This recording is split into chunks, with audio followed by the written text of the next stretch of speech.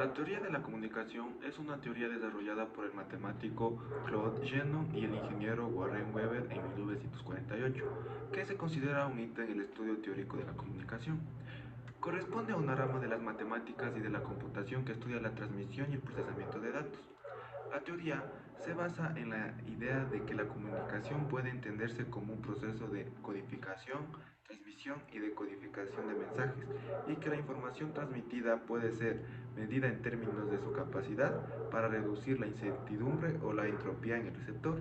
La teoría también establece una noción de ancho de banda como una medida de cantidad de información que un canal de comunicación puede transmitir en un determinado periodo de tiempo, y la capacidad del canal como la máxima tasa de transmisión de información que puede lograrse a través del canal, dada una tasa de error aceptable.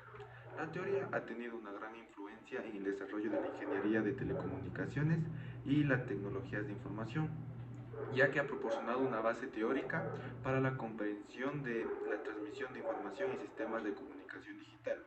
También ha sido ampliamente utilizada en el estudio de la comunicación humana y social, especialmente en la investigación de los efectos de los medios de comunicación y la difusión de información en las redes sociales.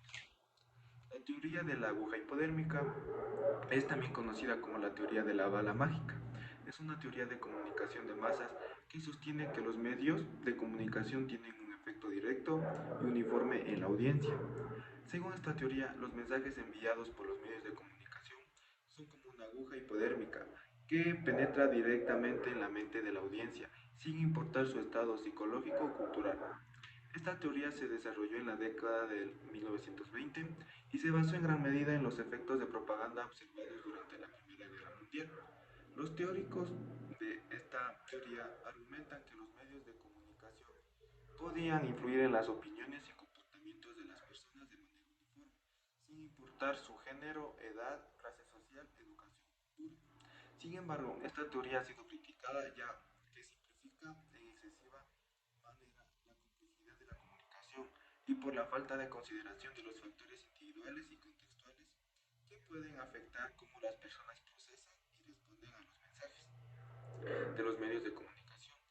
A medida que se desarrollaron nuevas teorías de comunicación, se realizaron investigaciones empíricas y la teoría de la aguja hipodérmica perdió popularidad y fue reemplazada por enfoques más sofisticados que reconocen la influencia de múltiples factores en la comunicación de masas. Esta teoría fue planteada por Laswell y plantea que los medios de comunicación, al igual que cualquier emisor, son relacionados a un estímulo, el cual siendo recibido por el receptor genera una respuesta. La teoría de los efectos limitados. La teoría de los efectos limitados es una teoría de comunicación que sostiene que los medios de comunicación tienen un impacto limitado en la formación de las opiniones y actitudes de la audiencia. Esta teoría se originó a los mediados del siglo XX y es la contraposición a la teoría de la aguja hipodérmica, que argumentaba que los medios de comunicación tenían un efecto directo y uniforme sobre la audiencia. Además, sugiere que otros factores como la predisposición individual, la influencia interpersonal y la experiencia personal juegan un papel importante en la forma en que la audiencia recibe y procesa la información de los medios de comunicación. Según esta teoría, la audiencia es selectiva y crítica en la forma en que se consumen los medios de comunicación y esta está influenciada por su entorno social y cultural. La teoría de la agenda setting. La teoría de la agenda setting es una teoría de comunicación que sostiene que los medios de comunicación tienen un papel fundamental en determinar la agenda pública. Esto quiere decir que establecen los temas en los que la sociedad considera importantes y que se deben ser discutidos y atendidos por políticos y las instituciones públicas. Según la teoría de la agenda setting, los medios de comunicación influyen en la opinión pública, no tanto en lo que la gente piensa, sino en sobre lo que quiere que piense.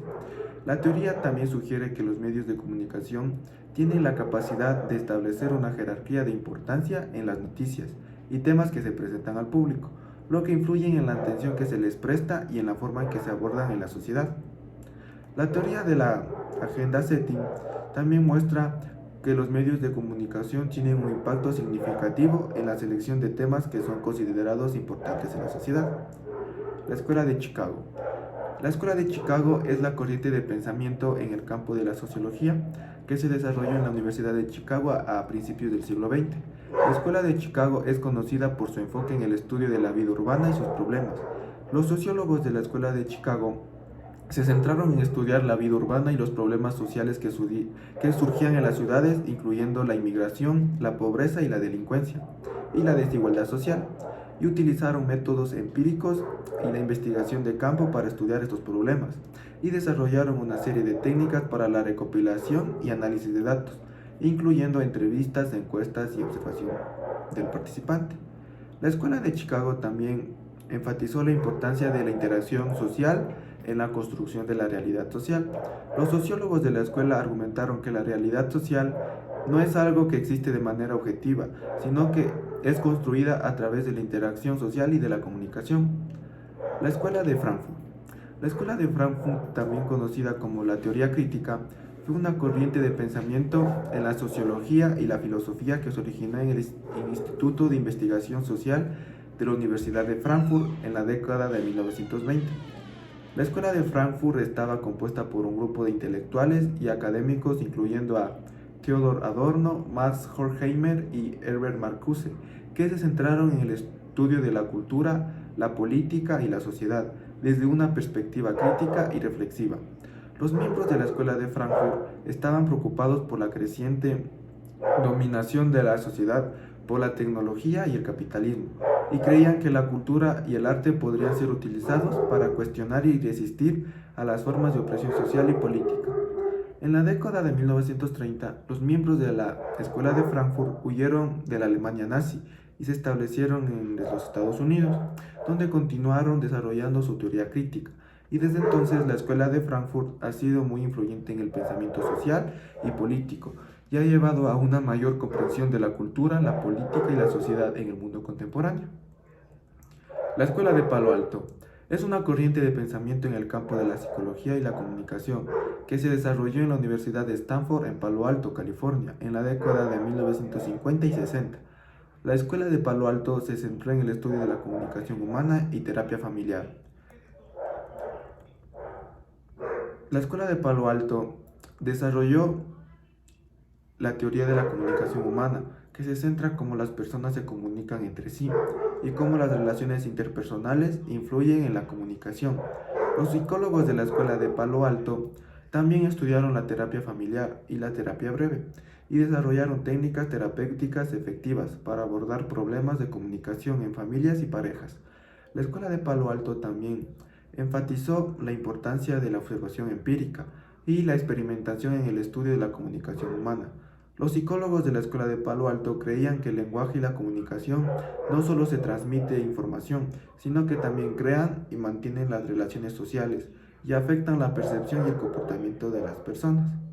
Uno de los fundadores de la Escuela de Palo Alto fue Gregory Bateson, quien trabajó con otros psicólogos y antropólogos, incluyendo a Paul Watzlawick.